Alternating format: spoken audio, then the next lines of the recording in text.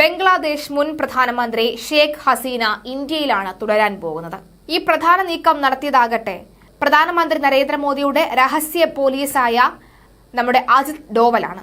അദ്ദേഹത്തിന്റെ കൂർമ്മ ബുദ്ധിയാണ് ഇതിന് പിന്നിലെന്നാണ് മനസ്സിലാകുന്നത്.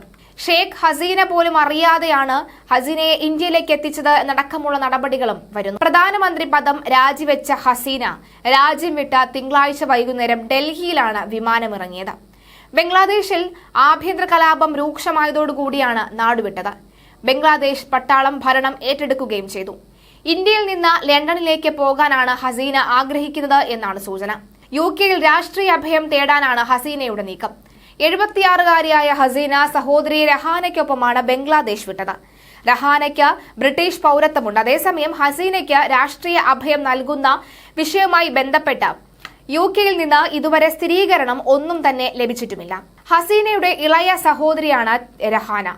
ഇവരുടെ മകൾ തുലിപ് സിദ്ദിഖ് ബ്രിട്ടീഷ് പാർലമെന്റിലെ ലേബർ പാർട്ടിയുടെ അംഗം കൂടിയാണ്.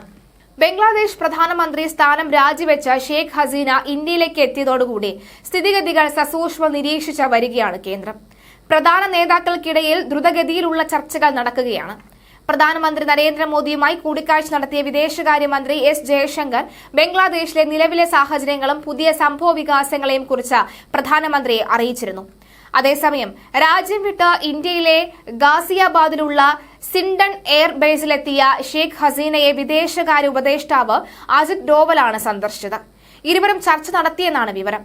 1 മണിക്കൂറിലധികം നീണ്ട കൂടിക്കാഴ്ചയ്ക്കൊടുവിൽ അജിത് ഡോവൽ എയർബേസിൽ നിന്നും മടങ്ങിയതായും ദേശീയ മാധ്യമങ്ങൾ റിപ്പോർട്ട് ചെയ്യുകയാണ്. ലോകസഭയിലെ വർഷകാല സമ്മേളനം നടക്കുന്ന സാഹചര്യത്തിൽ പ്രതിപക്ഷ നേതാവ് രാഹുൽ ഗാന്ധിയും വിദേശകാര്യമന്ത്രി S. ജയശങ്കറുമായും ബംഗ്ലാദേശ് പ്രതിസന്ധിയെക്കുറിച്ച് ചർച്ചകൾ നടത്തിയിരുന്നു. കലാപം രൂക്ഷമായ സാഹചര്യത്തിലാണ് ബംഗ്ലാദേശ് പ്രധാനമന്ത്രിയായിരുന്ന ഷേഖ് ഹസീന രാജിവെച്ച് സഹോദരിക്കൊപ്പം ഇന്ത്യയിലേക്ക് വന്നത്. സ്ഥിതിഗതികൾ കണക്കിലെടുത്ത് ഇന്ത്യ ബംഗ്ലാദേശിലേക്കുള്ള എല്ലാ ട്രെയിൻ സർവീസുകളും റദ്ദാക്കിയിട്ടുണ്ട്.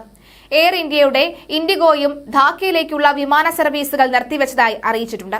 ഹസീന ഇന്ത്യയിലെത്തിയ സാഹചര്യത്തിൽ പ്രധാനമന്ത്രി നരേന്ദ്രമോദിയുടെ വസതിയിൽ നിർണായക യോഗങ്ങളാണ് ചേർന്നത്.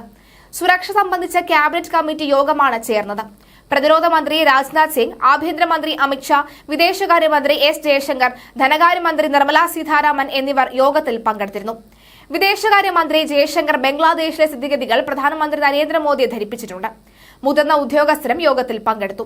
ഹസീനയുമായി ദേശീയ സുരക്ഷാ ഉപദേഷ്ടാവ് അജിത് ഡോവൽ കൂടിക്കാഴ്ച നടത്തിയതാണ് ഇവിടെ നിർണായകമായി മാറുന്നത്. ഗാസിയാബാദിലെ ഹിൻഡൻ വ്യോമതാവളത്തിൽ ഹസീനയെയും വഹിച്ചുകൊണ്ടുള്ള ബംഗ്ലാദേശ് വ്യോമസേനാ വിമാനം ഇറങ്ങിയതിന് തൊട്ടു പിന്നാലെയായിരുന്നു കൂടിക്കാഴ്ച എന്ന് ദേശീയ മാധ്യമങ്ങൾ റിപ്പോർട്ട് ചെയ്യുകയാണ്. ലോകസഭയിലെ പ്രതിപക്ഷ നേതാവും കോൺഗ്രസ് എംപിയുമായ രാഹുൽ ഗാന്ധിയും ഇതിനു പിന്നാലെ ചർച്ച നടത്തി. തൽക്കാലം ബംഗ്ലാദേശിലെ വിഷയങ്ങളിൽ ഇന്ത്യ നേരിട്ട് ഇടപെടില്ല. എന്നാൽ കനത്ത ജാഗ്രത തുടരും.